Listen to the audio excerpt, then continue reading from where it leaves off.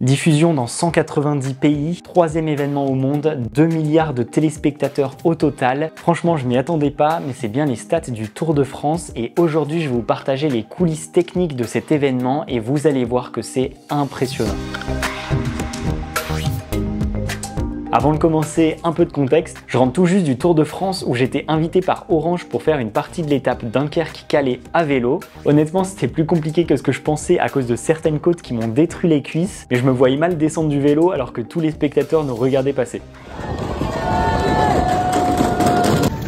J'ai l'impression d'être une star. Bref, pendant que je pédalais, mon esprit de vidéaste a repris le dessus et je me suis demandé comment le Tour de France est filmé. Je voulais savoir quel matos ils utilisent, comment les plans sont retransmis dans 190 pays en live et comment ils choisissent les images qui passent à la télé. Grâce à Orange, j'ai pu rentrer dans les coulisses techniques de l'événement, donc j'ai réponse à toutes ces questions et c'est ce qu'on va voir tout de suite.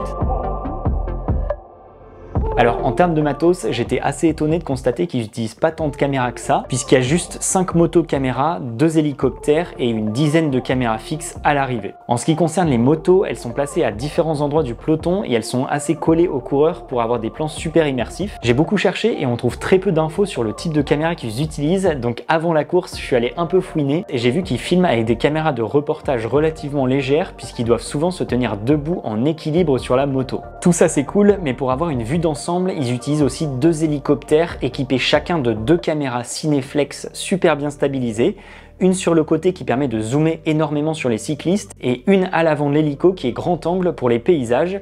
Ces caméras sont pilotées par un caméraman avec des joysticks super précis. On pourrait se demander pourquoi ils n'utilisent pas des drones pour faire ce type de plan et j'ai trouvé 3 raisons à ça. La première, c'est l'autonomie. Les hélicos peuvent voler 1h30 avant d'aller faire le plein alors que sur des drones, il faudrait se poser toutes les 20 minutes pour changer les batteries. Ensuite, deuxième point, la vitesse. Les coureurs roulent souvent autour de 60 km/h, ce qui est trop rapide pour la plupart des drones. Pour info, la vitesse de croisière d'un hélicoptère est de 250 km/h, donc ils n'ont aucun souci pour suivre les cyclistes. La troisième raison, c'est la diffusion en direct. On va le voir par la suite, mais pour diffuser en live sur toute la planète, il y a un dispositif impressionnant qui nécessite pas mal d'antennes et un drone ne pourrait pas supporter autant de poids.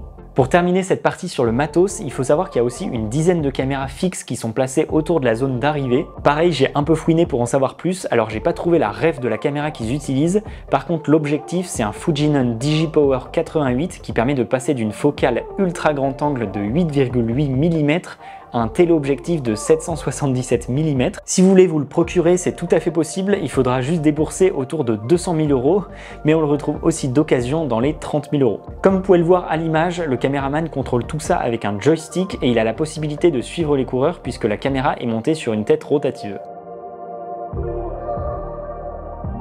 Ok, là on passe aux choses sérieuses. Franchement, j'en revenais pas quand ils nous ont expliqué le dispositif. Pour moi, c'était assez classique. Les motos caméras et les hélicos renvoient leur image à la régie avec des antennes et c'est plié, les images passent à la télé. Mais en fait, pas du tout, c'est bien plus compliqué que ça et pour connaître tous les détails, on a pu discuter avec le directeur technique de chez Orange. Je vous mets un extrait de ce qu'il nous a dit. Aujourd'hui, le dispositif en course, retransmission, vous avez 5 motos qui filment avec des caméramans des motos France Télévisions. Vous avez 2 motos privatives, à savoir que c'est Eurosport qui a pris un reporter qui fait des interviews donc en course, et puis vous avez NBC, les Américains, qui a aussi sa moto privative. Vous avez également 2 hélicoptères qui sont en course, qui survolent et qui vont filmer le tel château, telle animation dans les champs. Donc en tout, tous ces flux doivent nous être dispensés ici sur la ligne d'arrivée. Il y a un hélicoptère relais qui va récupérer toutes les images et les sons de la course et qui va les renvoyer à un avion qui vole à 3200 mètres d'altitude. Sous les ailes de l'avion, vous avez des paraboles qu'on appelle des faisceaux hertziens. On récupère les images et les sons de la course sur ces paraboles et on les renvoie sur les 2 paraboles rouges que vous voyez ici. De ces paraboles rouges, vous avez plusieurs câbles qui descendent, qui vont renvoyer les images qui sont tournées en course vers différents quarts régis où chaque réalisateur va choisir son image. Par contre, on est obligé de renvoyer 2 signaux vers les caméramans, à savoir ce qu'on appelle les voix d'ordre. Le réalisateur doit pouvoir dire à son caméraman: tu fais un gros plan sur Alaphilippe, je parle à Alaphilippe, il n'est pas là, mais ou tu filmes la chute, ou tu décroches pour aller à l'arrière parce qu'il y a un fait de course qui est important.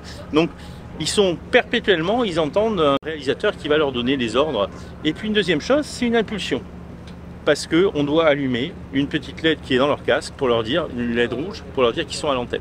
Donc il y a à la fois le sens qui vient de la course vers la ligne d'arrivée et à la fois des impulsions et des flux et de la data qui part d'ici, cette ligne d'arrivée, vers les caméras.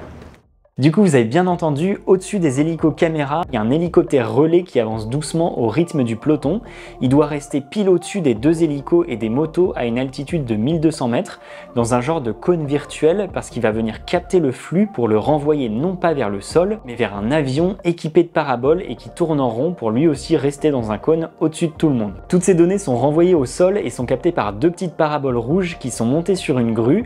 L'information descend ensuite dans des fibres optiques et arrive dans la régie France Télévisions pour être diffusée à la télé, et c'est ce qu'on va voir maintenant. Quand les vidéos arrivent dans la régie, elles sont dispatchées sur plein de petits écrans et c'est le réalisateur qui va ensuite choisir les images les plus adaptées à la situation pour les diffuser à la télé. J'ai eu la chance de rentrer dans un camion régie pour voir tout ça. Évidemment, j'ai filmé et vous allez voir, c'est vraiment stylé. Là, on entend le réalisateur qui demande la moto 1. Voilà, vas-y Jean-Pierre. Et le fondu sur moto 1. Voilà. Vous avez un hélicoptère, l'hélico 1 qui est en vol, et l'hélico 2 est en train de refueler. Voilà. Moto 3 top. Accrochage à l'arrière. Accrochage à l'arrière. Moto 3 est là. Top H1. Top H1. Donc il a donné le top. Et là, il bascule en direct sur l'hélicoptère. C'est ça, exactement. Donc ton réalisateur, c'est un chef d'orchestre. Il va dire, hop, tel hélico, telle moto. Du coup, comme vous pouvez le voir, on a bien les 5 motos caméras qui s'affichent ici, puis les deux hélicoptères qui sont appelés H1 et H2, et juste à côté, on a deux petites caméras embarquées sur la moto Eurosport et NBC pour qu'ils aient une image de leur commentateur. Sur l'écran de gauche, on voit ce qui est diffusé à la télé, à savoir que France Télévisions propose aux autres chaînes différents packages. Je vais un peu caricaturer le truc, mais par exemple, si vous payez le package le plus cher, vous avez droit à des incrustations à l'écran avec différentes informations, comme le nom des cyclistes, leur position en temps réel, leur vitesse, le dénivelé de la route, etc. Si vous payez un pack un peu moins cher, vous avez les mêmes images mais sans incrustation. Et si vous payez encore moins cher, vous avez accès à toutes les images brutes, ce qui oblige la chaîne en question à avoir son propre réalisateur. Bon, je sais pas ce que vous en pensez, mais perso, je trouve ça impressionnant tout le dispositif qui permet de diffuser le Tour de France en direct. D'ailleurs, dites-moi en commentaire si vous saviez déjà tout ça ou si, comme pour moi, c'est une grosse découverte. Pour terminer, petit fun fact que j'ai pu découvrir dans un des camions techniques, c'est que Netflix est présent cette année sur le Tour de France pour tourner une série du même style que Drive to Survive. En fait, sur un des écrans, on voit les différents cars régie alimentés par la fibre d'Orange, et juste ici, on peut voir que Netflix est bien présent. Hâte de voir ce que donnera cette série. Voilà pour cette vidéo. Pour info, si ce concept vous a plu ou je vous explique comment sont filmés certains gros événements, je pense que je continuerai. Donc si ça vous a plu, n'hésitez pas à mettre un petit like, et de mon côté, je vous retrouve très bientôt dans une prochaine vidéo.